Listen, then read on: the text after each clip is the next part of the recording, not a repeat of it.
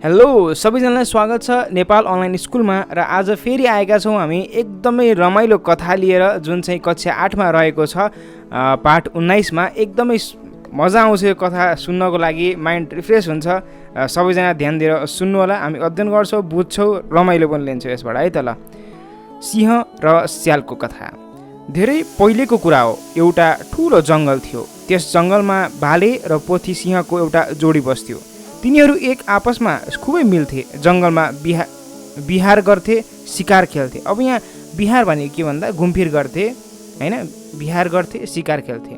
तिनीहरूका ती दिनहरू निकै रमाइला थिए। एक दिन पोथी सिंहले 2वटा बच्चा जन्मायो। बच्चा जन्मेपछि भाले सिंहले भन्यो, प्रिय, अब तिमी बच्चाकी आमा भयो। आजदेखि तिमीले बच्चा रेखदेख गर्नेछौ, म शिकारमा व्यवस्था गर्छु।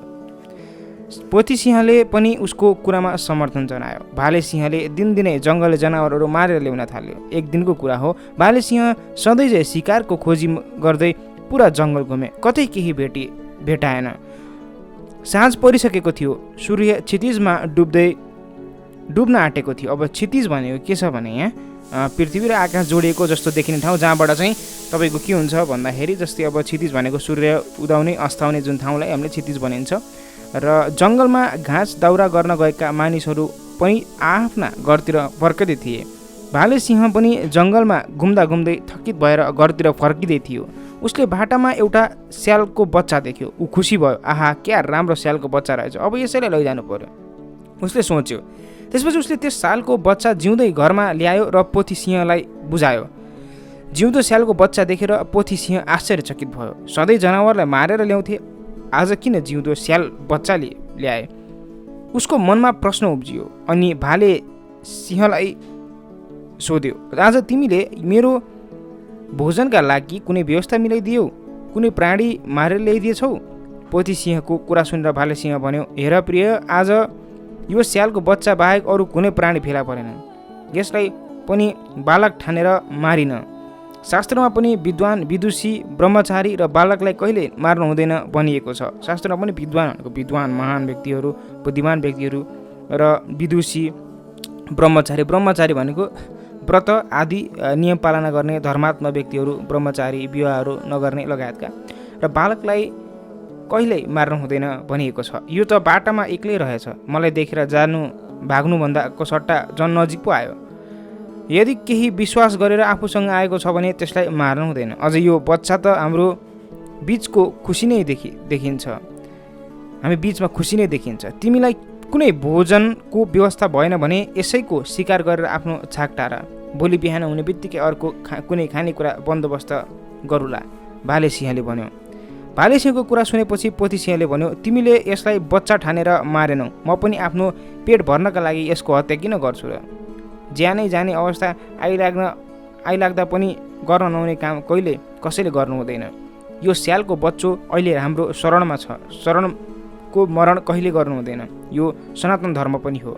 अब सनातन भनेको के हो भन्दाखेरि तपाईँको पहिलेदेखि चलिआएको धर्मलाई सनातन पुरानो धर्म भनिन्छ। पोथी सिंहले फेरि भन्यो, आजदेखि यो मेरो तेस्रो बच्चो हुनेछ।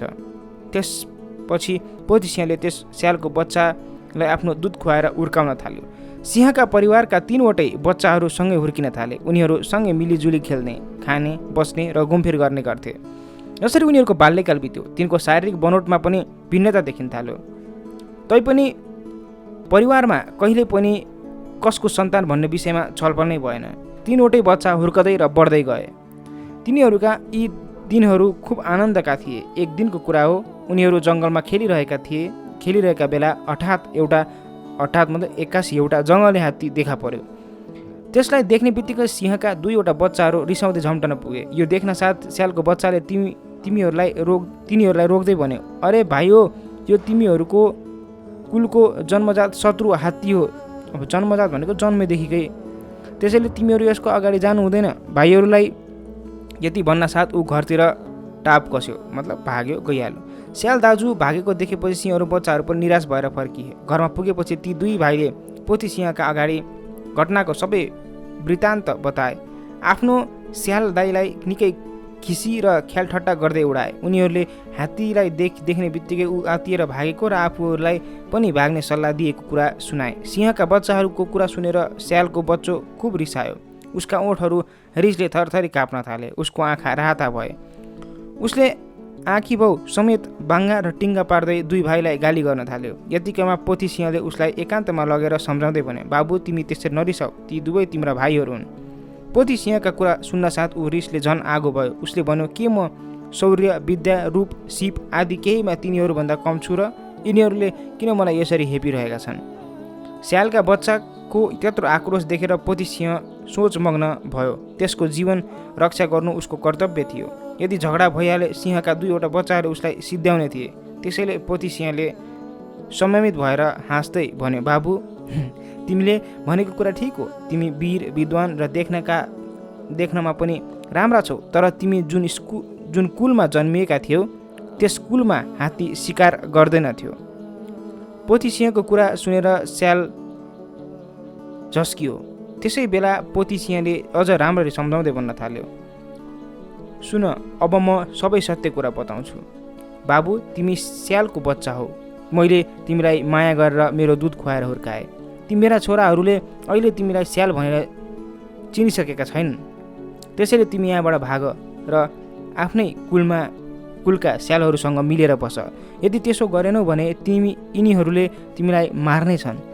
पोथी सिंहको कुरा सुनेपछि ऊ डरले थर्कमान भयो। सिंहका छोराहरू समेत झगडा नहुँदा उनीहरू खुसी थिए। समय बित्दै जाँदा झगडा परिस्थिति बदलियो। यसले गर्दा उनीहरूको बीचमा ठुलो अविश्वास देखा पर्यो। सबैको खुसी एकाएक खोसियो। स्याल आफू एक्लै भएकाले निकै आत्तियो। आफ्नो ज्यान जोगाउन त्यहाँबाट कुलेलाम ठोक्यो, अर्थात् भाग्यो। अनि कहाँ गएर आफ्नो स्यालको बथानसँगै मिसियो कसैलाई थाहा भएन। शरणमा आएकालाई संरक्षण गर्नुपर्छ। आपसमा कहिले झगडा गर्नु हुँदैन। उचित समयमा सही कुरा बताउनुपर्छ। सकेसम्म सबैको भलो गर्नुपर्छ। यो हामी सबैको कर्तव्य हो। यो कुरा अब म मेरा सन्तानलाई पनि सिकाउँछु, पोथी सिंहले मनमनै सोच्यो। र निकै नै जङ्गलको एउटा भएका घटनाहरूको भावना र त्यहाँको संस्कार लगायतका कुराहरू, जङ्गलको सनातन धर्म लगायतका कुराहरू पनि गरिएको छ। निकै रमाइलो कथा छ। यो दोहोऱ्याएर सुन्दा पनि आनन्द आउँछ। एउटा दिमाग पनि यसो इमेजिन गर्दै कल्पना गर्दै सुन्दाखेरि कथाहरू अझै रमाइलो हुन्छन्। र आजको लागि यति गरौँ। हस्त, धन्यवाद।